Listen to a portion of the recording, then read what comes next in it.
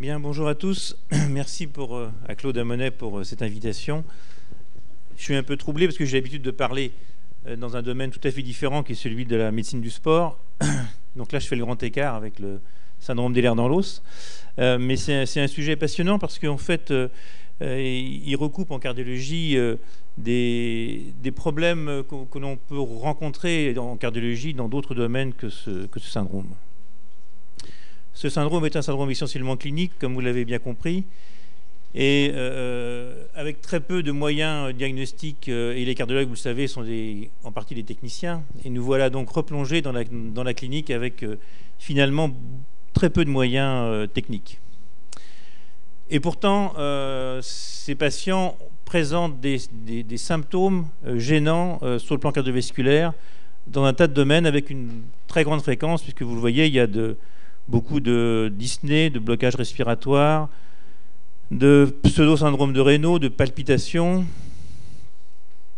voyez qu'on a entre 2/3 et 3/4 des patients qui présentent des gènes fonctionnels cardiologiques. Et il faut bien trouver un moyen de les aider ou de les soulager. Dans les différents domaines qui concernent cet aspect cardiovasculaire, il y a ces problèmes de tension artérielle. Tension artérielle en général, des problèmes d'hypotension. Et vous savez que ces hypotensions sont très peu sensibles à la thérapeutique et qu'on est très démunis par rapport à ces problèmes en médecine générale. Eh bien, dans le syndrome d'Ehlers dans l'os, la tolérance aux médicaments, et en particulier aux bêta-bloquants, est remarquable. Et vous verrez tout à l'heure que si on ne peut pas prétendre, bien sûr, soigner une hypotension par des bêta-bloquants, au moins on pourra utiliser ces médicaments sans crainte, ou pratiquement sans crainte, d'aggraver ces phénomènes d'hypotension. Dans de rares cas, on aura des phénomènes d'hypertension, et là, il faudra chercher une hypertension artérielle secondaire, et en particulier une hypertension liée à une atteinte rénale. Mais la principale gêne qui est décrite, en tout cas dans mon expérience, c'est ces phénomènes de palpitations qui sont ressentis particulièrement désagréablement, ce qui est vraiment une particularité du SED, qu'on ne rencontre pas dans les autres pathologies cardiaques, avec ces sensations angoissantes et douloureuses, dont on ne connaît pas la physiopathologie, sauf peut-être de dire que les SED ayant des cœurs plutôt lents habituellement, la plupart du temps, on voit des fréquences cardiaques autour de 60 par minute. Il est possible que le passage brutal d'un rythme lent à un rythme autour de 100-120 soit ressenti désagréablement dans cette rupture de rythme. Alors, étant nouveau dans ce syndrome, j'ai évoqué la possibilité de traiter ces patients par bêta-bloquants, ce qui est a priori logique. Et encore une fois, après quelques épisodes de crainte, on se rend compte que la tolérance est bonne, y compris sur le plan tensionnel. La plupart des SED acceptent des petites doses de bêta-bloquants, et moi j'ai essayé le bisoprolol à 1,25 mg, soit en dose quotidienne, soit en dose séquentielle à la demande si les palpitations sont très espacées. J'ai l'impression, avec un recul de court, encore 1 an et demi, 2 ans, que les patients sont améliorés et que les palpitations s'espacent avec ce type de médicaments. Il y avait une difficulté supplémentaire d'utiliser les bêta-bloquants, c'est que les SED étaient réputés porteurs d'asthme fréquent. Et heureusement, ce sont des faux asthmes, et donc la tolérance est parfaite et aucune crise d'asthme n'a été déclenchée par la prise de bêta-bloquants. Évidemment, si la dose d'1 mg, qui est une dose très faible, vous savez que le bisoprolol est utilisé en cardiologie traditionnelle à la dose de 10 mg par jour, donc on a une large réserve d'augmentation de posologie en cas de besoin, mais dans mon expérience, entre 1,25 et 2,50 mg de bisoprolol, on résout la plupart des problèmes liés à ces palpitations. Dans les autres aspects cardiovasculaires, il faut parler de l'insuffisance veineuse, et en particulier des varices qui sont fréquentes chez les SED et qui doivent être absolument respectées sur le plan chirurgical. En effet, une indication d'un stripping qui est classique dans ces varices doit être tout à fait exclue. Il y a en effet des risques de rupture de veine fémorale. Il faut bien le signaler aux angiologues. Et donc, on peut accepter des scléroses, mais certainement pas de stripping. Et lorsqu'on a des problèmes de thrombose veineuse, par exemple, et qu'il faut absolument anticoaguler, vous savez que c'est toujours compliqué d'anticoaguler des SED en raison du risque hémorragique, eh bien, il faut se débrouiller pour avoir un INR le plus bas possible, donc le plus proche possible de 2, de façon à limiter ces risques hémorragiques. Autre problème sur le plan cardiovasculaire, c'est les douleurs thoraciques. Et là, on est très surpris, et moi en tant que cardiologue, j'étais très surpris de voir des patients qui décrivaient des angores cliniques presque caractéristiques, avec des écrasements sternales, avec des irradiations dans les mâchoires, enfin en tout cas des crises qui pouvaient vraiment évoquer un angor. Dans le CED, il n'y a pas d'angor, puisqu'il n'y a pas de coronaropathie. Donc il faut bien faire attention à cette problématique.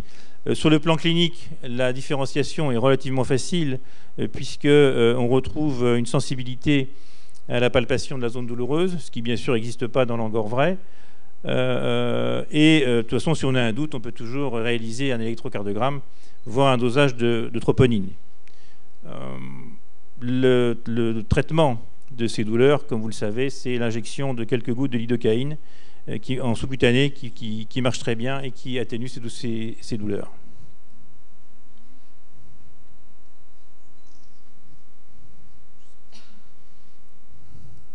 En dehors de ces phénomènes de douleurs thoraciques, on a aussi ce problème de valvulopathie. Alors ça, c'est un phénomène assez récurrent. On voit beaucoup de dossiers de CED arriver avec des soi-disant malformations valvulaires. Il ne faut pas vous laisser abuser. Il n'y a pas de maladie valvulaire dans le CED. On a de temps en temps, ou même assez fréquemment, des petits souffles systoliques bénins.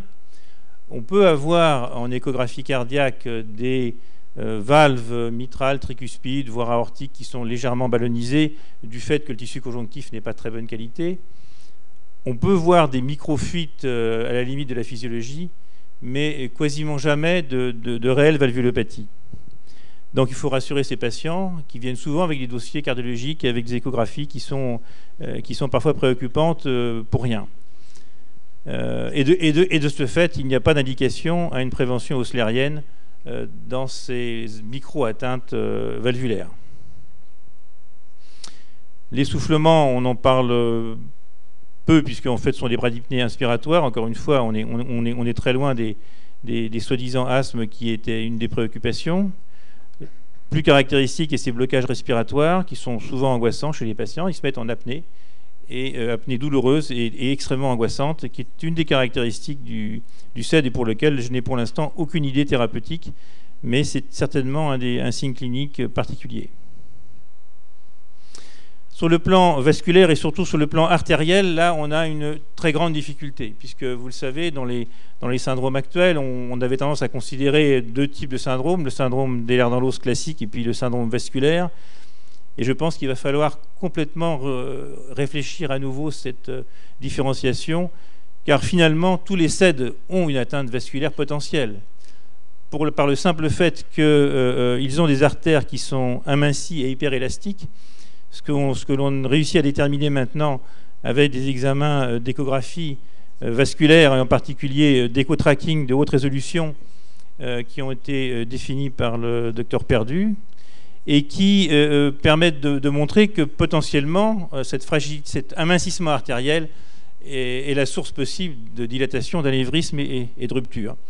C'est probablement la raison pour laquelle on a des ecchymoses fréquentes chez les Ehlers-Danlos, et donc des hémorragies avec des épistaxis ou des hémorragies diverses par simple effraction d'artères ou de capillaires qui sont de mauvaise qualité au niveau de la paroi.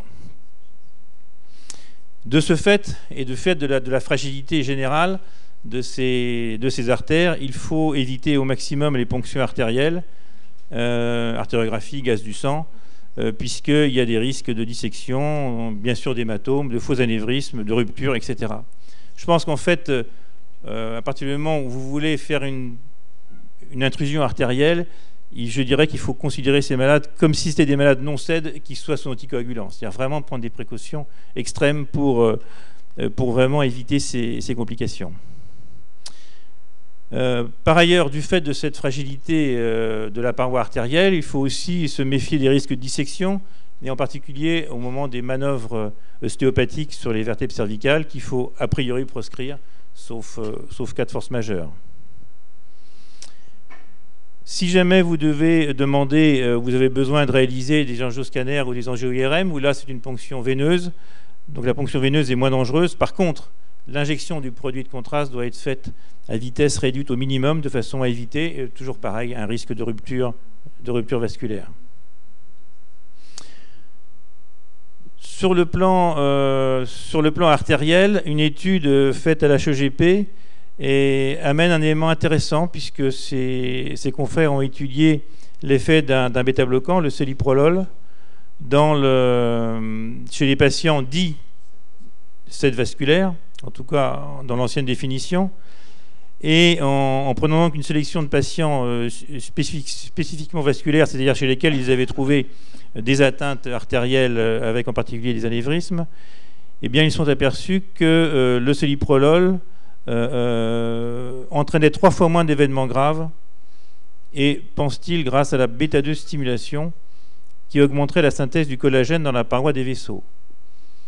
Bon, ça c'est un événement très important pour nous dans le SED parce que, bien sûr, cette étude doit être confirmée, mais on peut imaginer que si jamais on renforce la paroi artérielle avec les bêta-bloquants, comme on a vu tout à l'heure les effets sur le plan cardiovasculaire, on aurait là une indication éventuelle à mettre de façon relativement systématique les SED sous bêta-bloquants.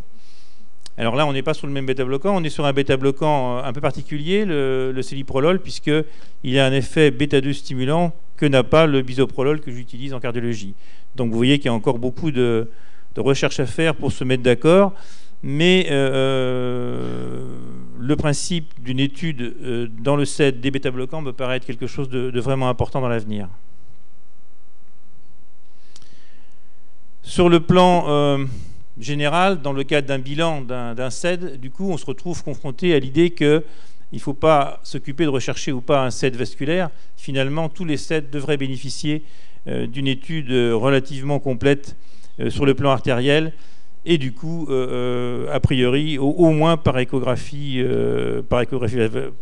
vasculaire au niveau des artères principales qui sont touchées dans le SED, c'est-à-dire les carotides, les artères iliaques, les branches viscérales de l'aorte, y compris l'artère splénique.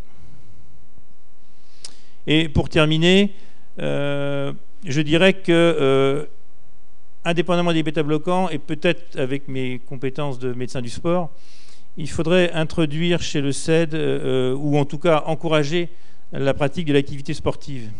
Dans la population générale, on sait maintenant que l'activité sportive a un effet protecteur sur le plan cardiovasculaire, et on sait que cet effet protecteur est lié en grande partie à l'hypervagotonie qui est provoquée par l'activité physique ou sportive. Et j'ai tendance à dire qu'une activité physique régulière, c'est un peu un effet bêta-bloquant-like. Et donc c'est très très important, à mon avis, d'encourager ces patients à faire un travail en endurance régulier. Et travail en endurance, chez le SED, celui qui paraît le plus logique, c'est la natation, puisque c'est un sport où on est porté et où vraisemblablement la gêne articulaire ou la douleur en général est atténuée du fait de